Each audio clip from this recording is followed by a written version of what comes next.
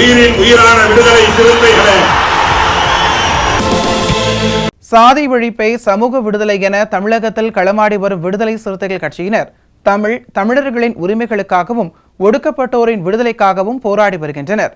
இன்றைய களத்தில் சிறுத்தைகள் நிகழ்ச்சியில் கட்சி தலைவரும் எழுத்து தமிழரின் நிகழ்ச்சிகள் மட்டுமின்றி எழுத்து தமிழரின் ஆணைக்கு இணங்க களத்தில் சிறுத்தைகள் பங்கேற்ற நிகழ்ச்சிகள் அனைத்தையும் இப்போது பார்க்கலாம்.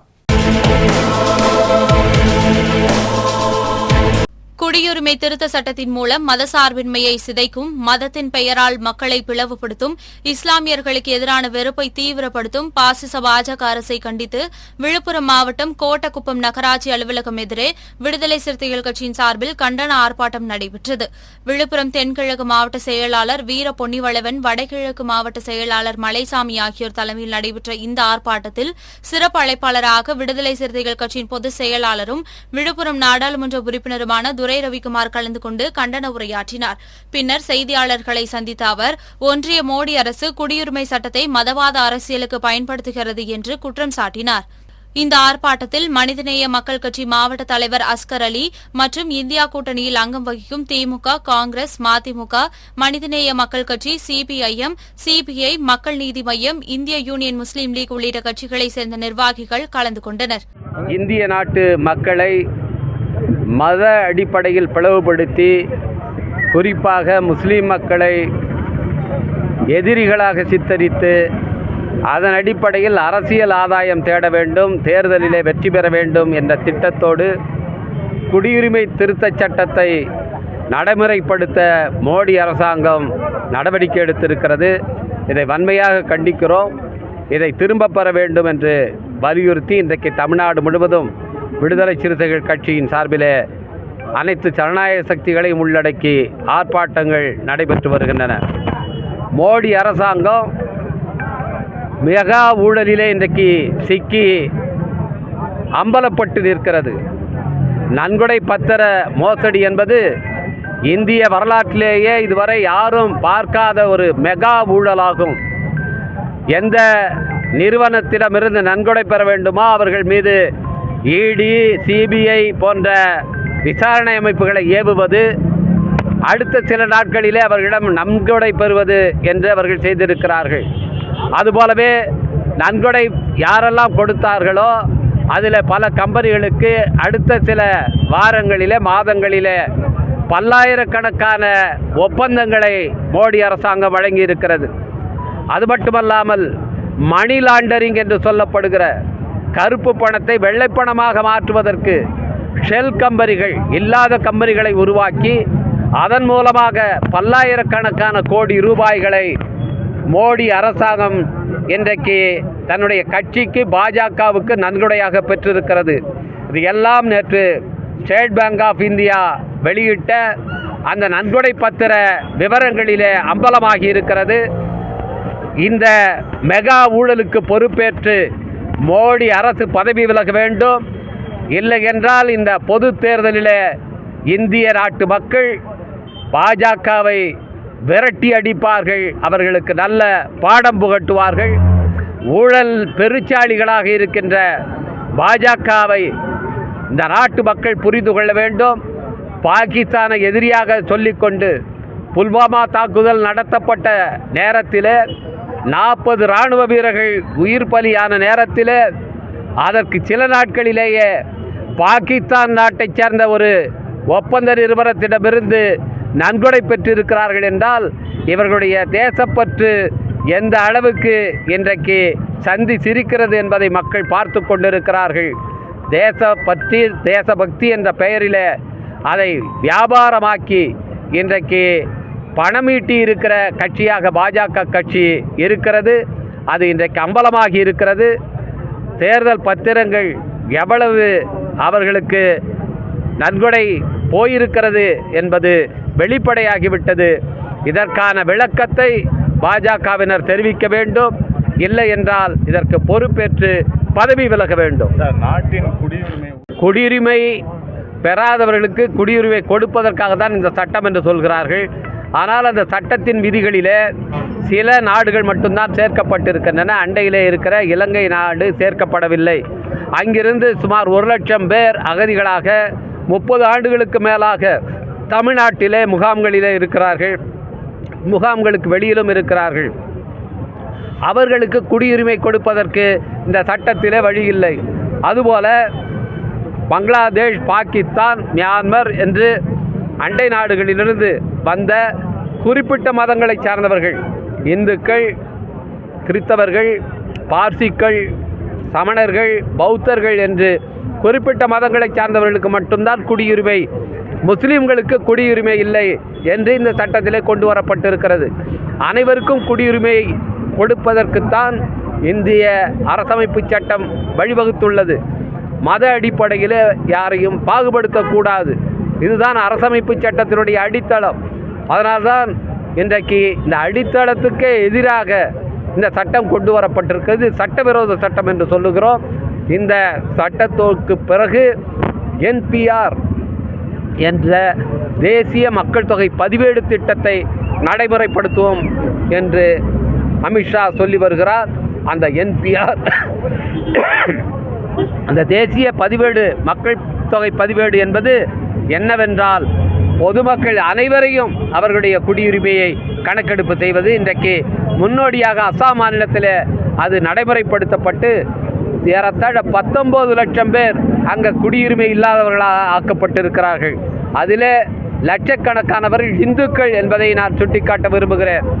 இராணுவ வீரர்களாக இருந்து ஓய்வு பெற்றவர்கள் கூட இன்றைக்கு குடியுரிமை இல்லாதவர்களாக ஆக்கப்பட்டு அவர்களெல்லாம் அதற்கென்று உருவாக்கப்பட்டிருக்கின்ற டிடென்ஷன் சென்டர், அவர்களுக்கு சிறை, திறந்தவெளி சிறைச்சாலைகள், அதிலே அடைக்கப்பட்டிருக்கிறார்கள். இப்படி இந்தியா முழுவதையும் திறந்தவெளி சிறைச்சாலைகளுடைய ஒரு கூடமாக மாற்றுவதற்குத்தான் பாஜக முயற்சி செய்கிறது.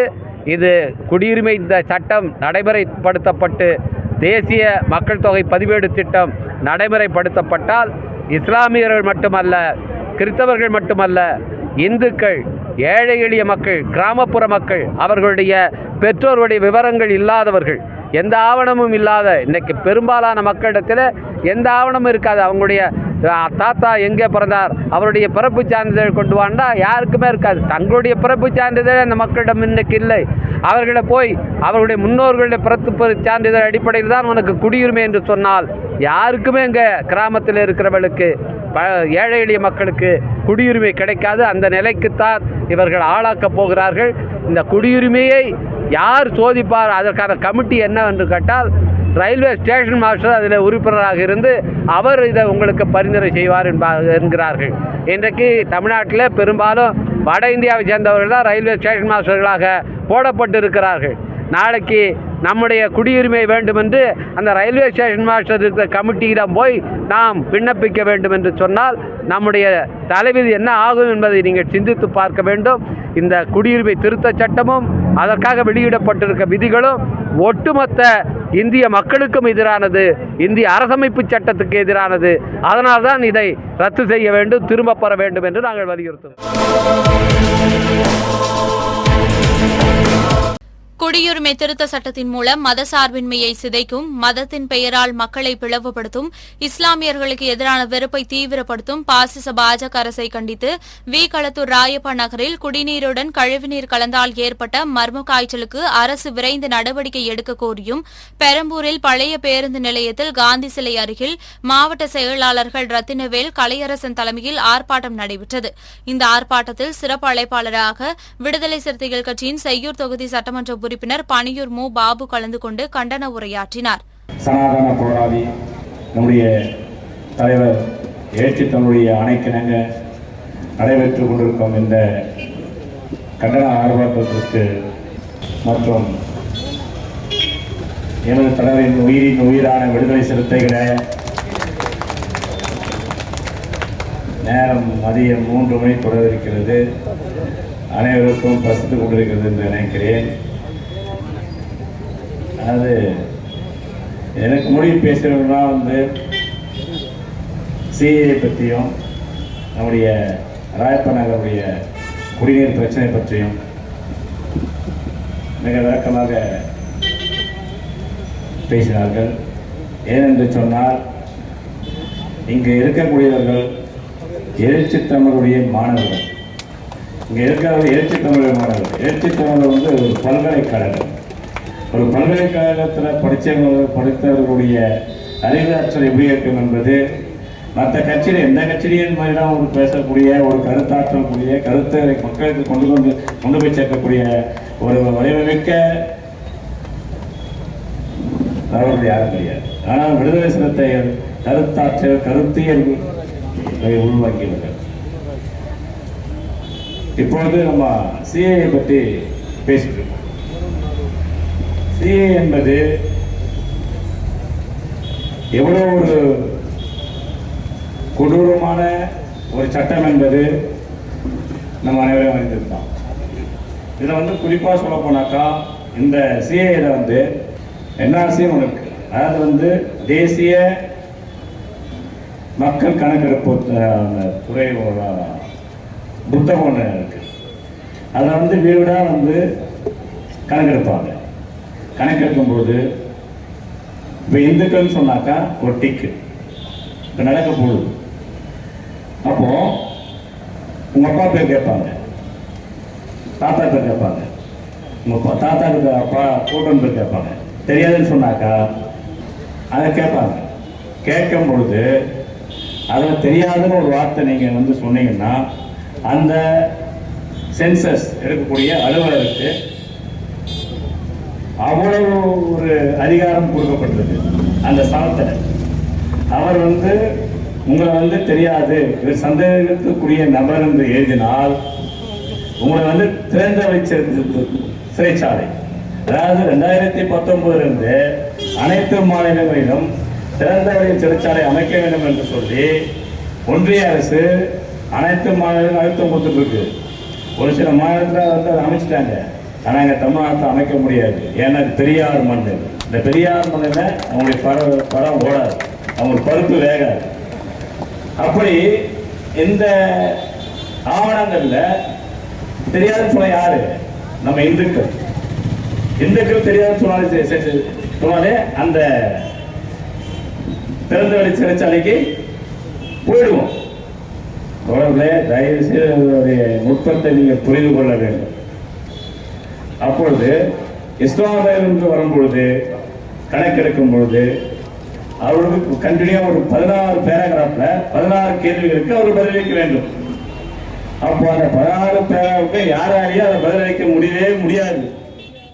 இதனைத் தொடர்ந்து களத்தூர் ராயப்பா நகரில் மர்ம காய்ச்சலால் உயிரிழந்த குடும்பத்திற்கு நிதி உதவி வழங்க வேண்டும் என்று சட்டமன்ற உறுப்பினர் பனையூர் மு. பாபு கேட்டுக் கொண்டதை அடுத்து கூட்டத்தில் கலந்து கொண்ட அனைவரும் பங்களிப்பு செலுத்தி 4,02,000 ரூபாய் நிதி உதவி தொகையை பாதிக்கப்பட்ட குடும்பத்திற்கு வழங்கினர். பின்னர் மாவட்ட ஆட்சியர் சட்டமன்ற உறுப்பினர் பனையூர் மு. பாபு சந்தித்து ராயப்பா நகரில் பாதிக்கப்பட்ட மக்களுக்கு மாவட்ட நிர்வாகம் சார்பில் உதவிகள் செய்ய வேண்டும் என்று கேட்டுக் கொண்டார். இந்நிகழ்வில் பெரம்பலூர் அரியலூர் மண்டல செயலாளர் அன்பானந்தம், அரசு ஊழியர் ஐக்கிய பேரவை பாவனன், முன்னாள் மாவட்ட கழக செயலாளர் தமிழ் மாணிக்கம், பெரம்பலூர் நாடாளுமன்ற தொகுதி செயலாளர் மன்னர் மன்னன், மண்டல துணை செயலாளர் லெனின், மண்டல துணை செயலாளர் ஸ்டாலின், மன்ற துணை செயலாளர் மாறன், மாநில துணை செயலாளர் ரசித் அலி, மாநில துணை செயலாளர் அண்ணாதுரை உட்பட விடுதலை சிறுத்தைகள் கட்சி மற்றும் களத்தூர் ராயப்ப நகர் பொதுமக்கள் இந்நிகழ்ச்சியில் கலந்து கொண்டனர்.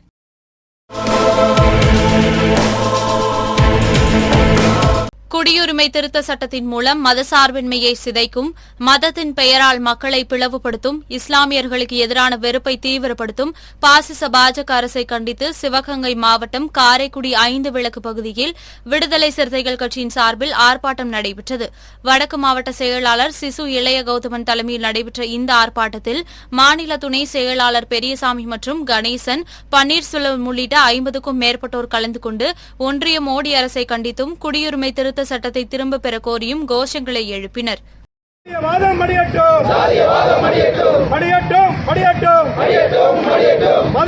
மடியட்டும்.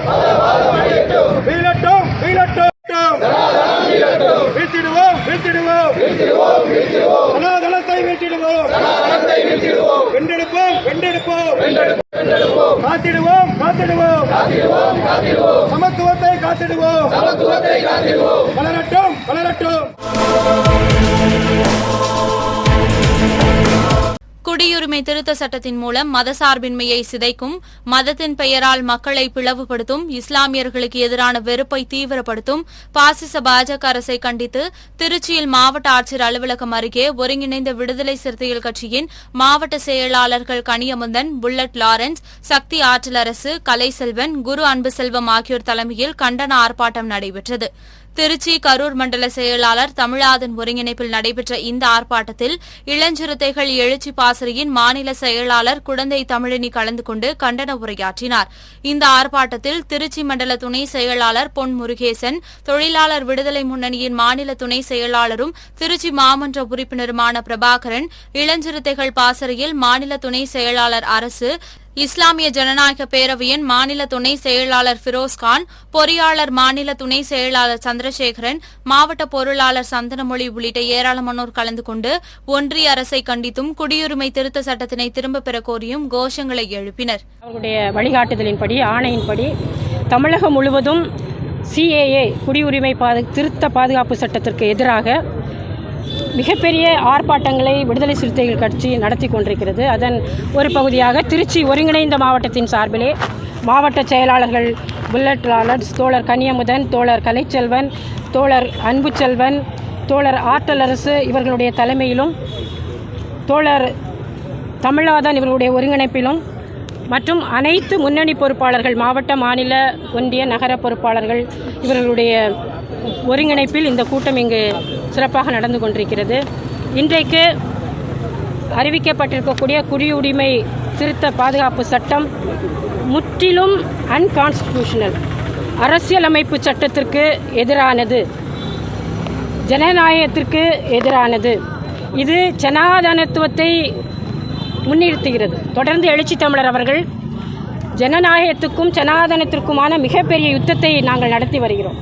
இது சனாதனத்தினுடைய ஒரு வடிவம். இந்த குடியுரிமை திருத்த பாதுகாப்பு சட்டம் இந்தியாவிலே 200 மில்லியன் இஸ்லாமிய தோழர்கள் வாழ்ந்து கொண்டிருக்கிறார்கள்.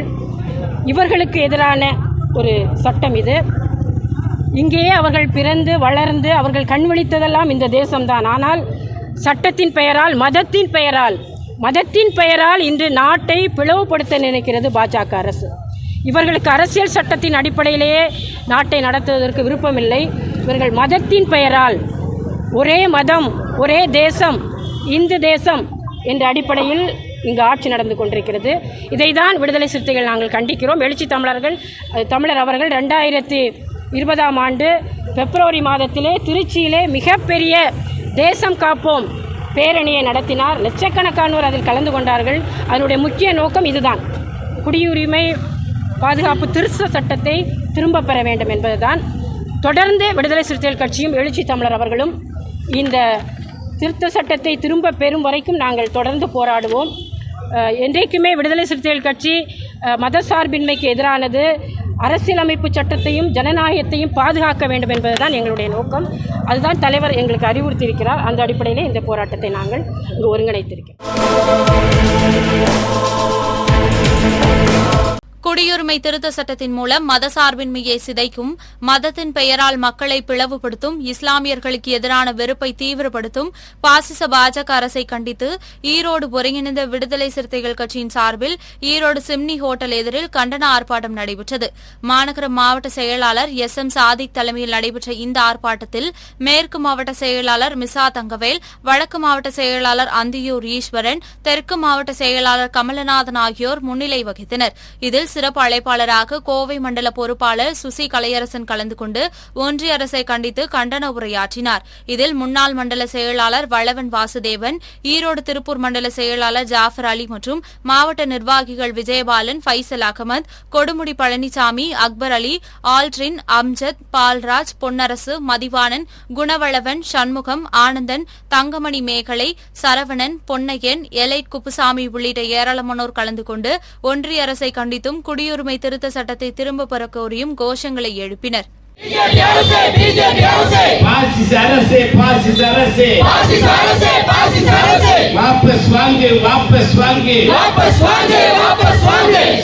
சட்டத்தை வாபஸ் வாங்கு. அடங்க மறுப்போம் அடங்க மறுப்போம் மீறுவோம்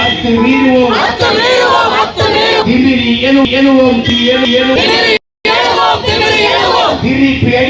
திருப்பி அடிப்போம் மோடி அரசின் மக்கள் விரோத செயலாக மதத்தை வைத்து அரசியல் செய்வதற்காக குடியுரிமை சட்டம் 2024 என்ற சட்டத்தை தற்போது தேர்தல் காலத்திலே அதை அமுல்படுத்தி இருக்கின்றார்கள்.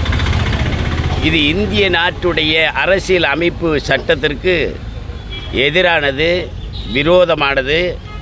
இந்திய அரசியல் அமைப்பு சட்டத்தை அவமதிக்கும் செயலானது. மக்களை பிரித்து ஆளுவதற்கான ஒரு சூழ்ச்சி ஆகும். எனவே RSS பிஜேபி இந்த சதி செயலை கண்டித்து எழுச்சி தமிழர் தலைவர் தொல் திருமாவளவன் அவர்களுடைய ஆணைக்கிணங்க இன்றைக்கு நாடு தழுவிய ஆர்ப்பாட்டம் மாவட்ட தலைநகரங்களில் நடைபெறுவதாக அறிவித்ததின் பேரில் இன்றைக்கு ஈரோடு மாவட்டத்தின் ஒருங்கிணைந்த மாவட்டத்தின் சார்பாக மாவட்ட செயலாளர்கள் சாதிக், கமலநாதன், மிஷா தங்கவேல், அந்தியூர் ஈஸ்வரன் அவர்களுடைய தலைமையில் அன்பிற்குரிய முன்னாள் மண்டல செயலாளர் அருமை சகோதரர் வளவன் வாசுதேவன் அவர்களுடைய ஒருங்கிணைப்பில் இந்த ஆர்ப்பாட்டம் இங்கே ஒருங்கிணைக்கப்பட்டு இருக்கிறது. மோடி அரசு இன்றைக்கு பல்வேறு சிக்கல்களில் மாட்டிக்கொண்டு வருகின்ற 24ஆம் ஆண்டு நடக்கக்கூடிய இந்த நாடாளுமன்ற தேர்தலில் அவர்கள் மண்ணை கவ்வக்கூடிய சூழல் ஏற்பட்டுகிறது. அயோத்தியிலே ராமர் கோவில் கட்டிய பிறகு அதை வைத்து அரசியல் செய்து வெற்றி பெறலாம் என்று நினைத்த மோடிக்கு இன்றைக்கு ஏமாற்றம் அளிக்கிறது.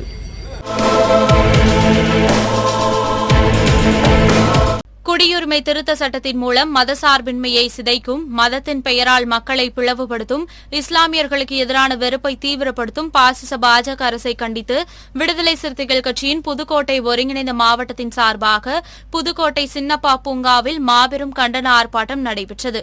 புதுக்கோட்டை வடக்கு மாவட்ட செயலாளர் இளமதி அசோகன், மேற்கு மாவட்ட செயலாளர் வழக்கறிஞர் வெள்ளை நெஞ்சன், தெற்கு மாவட்ட செயலாளர் தமிழ்செல்வன் ஆகியோர் தலைமையில் நடைபெற்ற இந்த கண்டன ஆர்ப்பாட்டத்தில் மண்டல துணை செயலாளர்கள் திருமரவன், சின்னப்பழகு ஆகியோர் முன்னிலை வகித்தனர். இந்த ஆர்ப்பாட்டத்தில் சிறப்பு அழைப்பாளராக தமிழ்நாடு புதுச்சேரி மாநில தொண்டரணி முதன்மை செயலாளர் பொதினி வளவன், திருச்சி நாடாளுமன்ற தொகுதி செயலாளர் தங்கதுரை உள்ளிட்டோர் கலந்து கொண்டு கண்டன உரையாற்றினர்.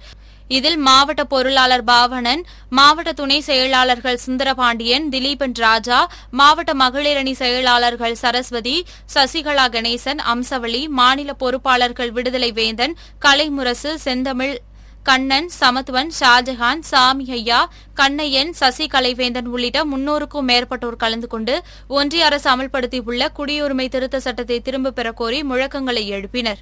சர்வாதிகாரம் விழுந்து ஓடும், கோலை சர்வாதிகள் விழுந்து ஓடும், வென்றெடுப்போம் வென்றெடுப்போம் வென்றெடுப்போம் வென்றெடுப்போம், ஜனநாயகத்தை வென்றெடுப்போம் ஜனநாயகத்தை வென்றெடுப்போம், வீழ்த்தி காட்டுவோம் வீழ்த்தி காட்டுவோம் வீழ்த்தி காட்டுவோம் வீழ்த்தி காட்டுவோம், ஆசிச வெறி பாஜக ஆட்சியை ஆசிச வெறி பாஜக ஆட்சியை ஆசிச வெறி பாஜக ஆட்சியை ஆசிச வெறியா கூட்டணியா மக்கள் கூட்டணியில் மக்கள் கூட்டணியில் வீழ்த்தி காட்டுவோம் வீழ்த்தி காட்டுவோம் வீழ்த்தி காட்டுவோம் வீழ்த்தி காட்டுவோம்.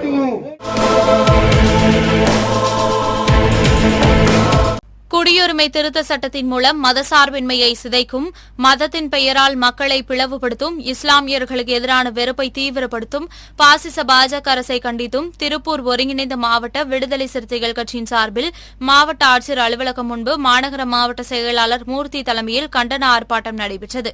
இந்த ஆர்ப்பாட்டத்தில் விடுதலை சிறுத்தைகள் கட்சியின் மாநில துணை பொதுச் செயலாளர் கனியமுதன், இளஞ்சிறுத்தை எழுச்சி பாசறை மாநில துணை செயலாளர் துரைவளவன், மண்டல செயலாளர் சிறுத்தை வள்ளுவன், வடக்கு மாவட்ட செயலாளர் பழ சண்முகம், தெற்கு மாவட்ட செயலாளர் சதீஷ்குமார், கிழக்கு மாவட்ட செயலாளர் ஓவியர் மின்னல், மண்டல துணை செயலாளர் ஜல்லிப்பட்டி முருகன், நாடாளுமன்ற தொகுதி துணை செயலாளர் தம்பி முருகானந்தம், மகளிர் விடுதலை இயக்கத்தின் மாவட்ட செயலாளர் காளியாதேவி, கௌசல்யா சண்முகம், பட்டு ரோஜா உள்ளிட்ட ஏராளமானோர் கலந்து கொண்டு ஒன்றிய பாஜக அரசை கண்டித்து முழக்கங்களை எழுப்பினர்.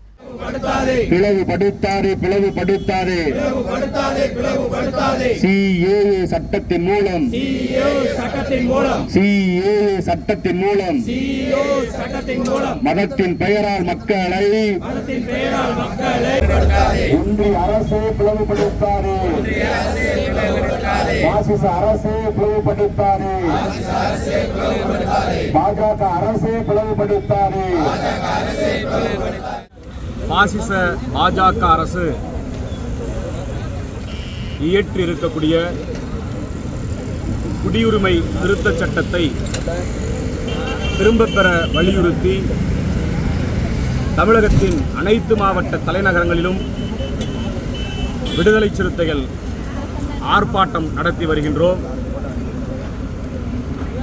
சென்னையில் எம்முடைய தலைவர் அண்ணன் எழுச்சி தமிழர் அவர்களின் தலைமையில் இந்த ஆர்ப்பாட்டம் மாபெரும் மக்கள் திரள் ஆர்ப்பாட்டமாக நடைபெற்று வருகிறது. தமிழகத்தின் அனைத்து மாவட்ட தலைநகரங்களிலும் இந்திய ஒன்றிய அரசை கண்டித்து குடியுரிமை திருத்தச் சட்டத்தை திரும்பப் பெற வலியுறுத்தி விடுதலை சிறுத்தைகள் ஆர்ப்பாட்டத்தை நடத்தி வருகிறோம். அந்த வகையில் திருப்பூர் ஒருங்கிணைந்த மாவட்டத்தின் சார்பில் மாவட்ட ஆட்சித்தலைவர் அலுவலக வாசலில் விடுதலை சிறுத்தைகள் இந்த சட்டத்தை திரும்பப் பெற வேண்டும் என்று போராடி வருகின்றோம். குடியுரிமை திருத்த சட்டத்தின் மூலம் மதசார்பின்மையை சிதைக்கும், மதத்தின் பெயரால் மக்களை பிளவுபடுத்தும், இஸ்லாமியர்களுக்கு எதிரான வெறுப்பை தீவிரப்படுத்தும் பாசிச பாஜக அரசை கண்டித்து அரியலூர் மாவட்டம் ஜெயங்கொண்டம் அண்ணா சிலை அருகே விடுதலை சிறுத்தைகள் கட்சியின் சார்பில் ஆர்ப்பாட்டம் நடைபெற்றது. மாவட்ட செயலாளர்கள் கதிர்வளவன், சிவா ஆகியோர் தலைமையில் நடைபெற்ற இந்த ஆர்ப்பாட்டத்தில் சிதம்பரம் நாடாளுமன்ற தொகுதி பொறுப்பாளர் சூகா விடுதலை செழியன், ஜெயங்கொண்டம் சட்டமன்ற உறுப்பினர் கண்ணன், விடுதலை சிறுத்தைகள் கட்சியின் சட்டமன்ற தொகுதி செயலாளர்கள் இலக்கியதாசன், மருதவாணன், மண்டல துணை செயலாளர் சேசேவே மாறன், கண்கொளஞ்சி, ஈழ அரசன், மாநில துணை செயலாளர்கள் கருப்புசாமி, சிபி ராஜா, தனகோடி, செல்வராசு, ஒன்றிய செயலாளர்கள் கண்ணன், தேவேந்திரன், உத்திரபதி, ராசாபிள்ளை, தங்கராசு, பாரதி, வீரவளவன், முத்துகிருஷ்ணன், தலித் வெற்றி, தேவேந்திரன், எசனை கண்ணன், செய்தி தொடர்பாளர் சுகாதர், மாவட்ட அமைப்பாளர்கள் ராஜேந்திரன், ஜெயக்குமார், இலங்கை அரசன், சிறுகளத்தூர் கந்தன், பாலசிங்கம், மணிமொழியன், பரணிதரன், பூமிநாதன், தீரவளவன், சின்னராஜா, ரத்தின சிவகுமார் சுந்தர், மாயாண்டி, முத்து உள்ளிட்ட பலர் கலந்து கொண்டு ஒன்றிய மதவாத பாஜக அரசை கண்டித்தும் குடியுரிமை திருத்த சட்டத்தினை திரும்பப் பெற கோரியும் கோஷங்களை எழுப்பினர். விடுதலை சிறுத்தைகள் மாவட்ட தலைநகரங்களில் குடியுரிமை திருத்த சட்டத்தை அகதிகளாக வசிக்கின்றார்கள். அவர்களுக்கு எங்கே குடியுரிமை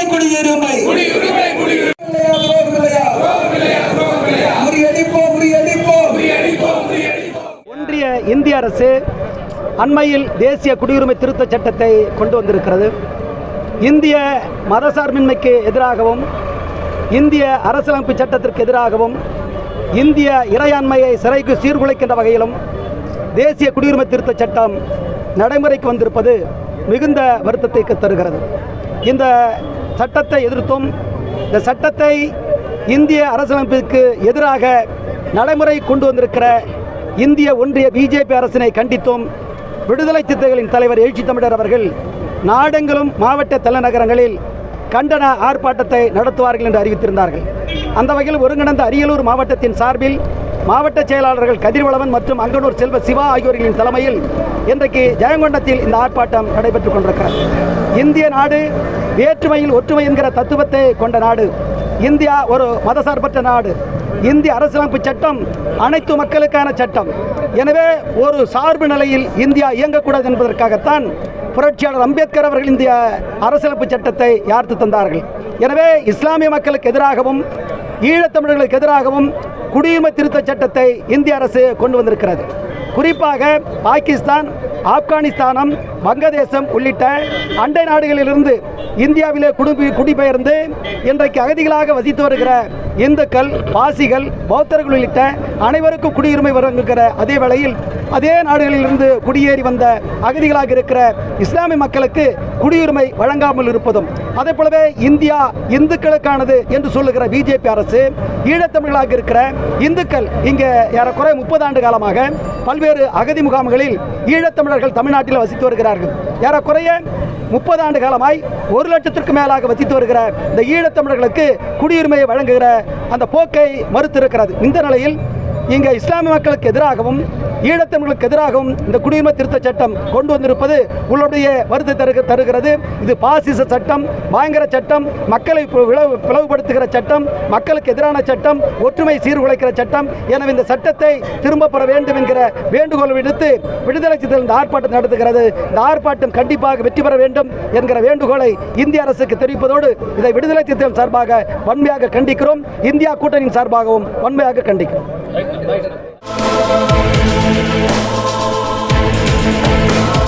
குடியுரிமை திருத்த சட்டத்தின் மூலம் மதசார்பின்மையை சிதைக்கும், மதத்தின் பெயரால் மக்களை பிளவுபடுத்தும், இஸ்லாமியர்களுக்கு எதிரான வெறுப்பை தீவிரப்படுத்தும் பாசிச பாஜக அரசை கண்டித்தும் புதுச்சேரி சுதேசி மில் அருகே விடுதலை சிறுத்தைகள் கட்சி சார்பில் கண்டன ஆர்ப்பாட்டம் நடைபெற்றது. கட்சியின் முதன்மை செயலாளர் தேவபொழிலன் தலைமையில் நடைபெற்ற இந்த ஆர்ப்பாட்டத்தில் புதுச்சேரி காங்கிரஸ் எம்பி வைத்தியலிங்கம், விசிக அமைப்பு செயலாளர் தலையாரி, சிபிஐ மாநில செயலாளர் சலீம், சிபிஐஎம் ராஜாங்கம், விசிக அமைப்பு செயலாளர் திருமார்வன் மற்றும் தமிழ்மாறன், செல்வநந்தன், அரிமா தமிழன், ஆதவன், எழில்மாறன், கார்முகில், சுடர் வளவன், பாலசுப்ரமணியன் உள்ளிட்ட ஏராளமானோர் கலந்து கொண்டு கண்டன கோஷங்களை எழுப்பினர். திருத்த சட்டத்தை திரும்ப பெறு, திரும்ப பெறு, திரும்ப பெறு, திரும்ப பெறு, திரும்ப பெறு, திரும்ப பெறு, குடியுரிமைக்கு எதிரான, இலங்கை தமிழருக்கு எதிரான, இலங்கை தமிழருக்கு எதிரான, இஸ்லாமியர்களுக்கு எதிரான, ஜனநாயகத்திற்கு எதிரான பாசிச மோடி அரசாங்கம் கடந்த திங்கட்கிழமை கிறிஸ்தவர்களுக்கும் இஸ்லாமியர்களுக்கும் இலங்கை தமிழர்களுக்கும் எதிராக, ஒட்டுமொத்த மனித குலத்துக்கும் எதிராக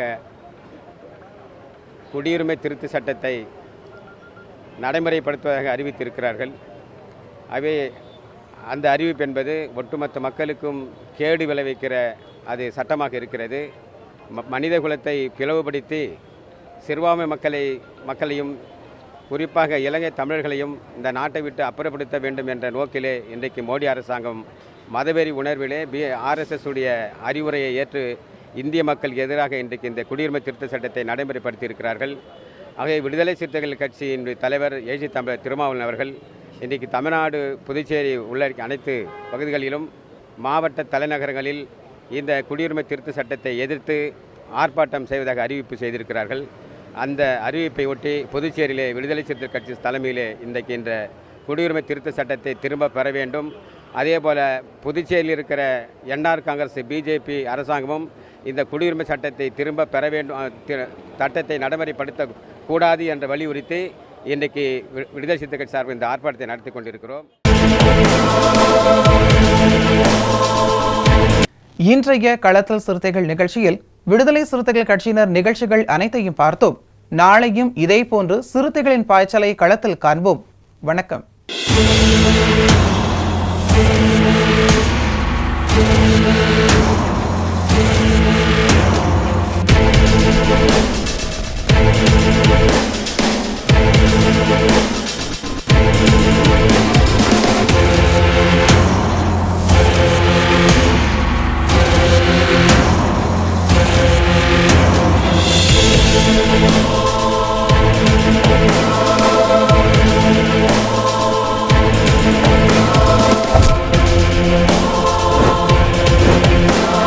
உயிரின் உயிரான விடுதலை சிறுத்தைகளே,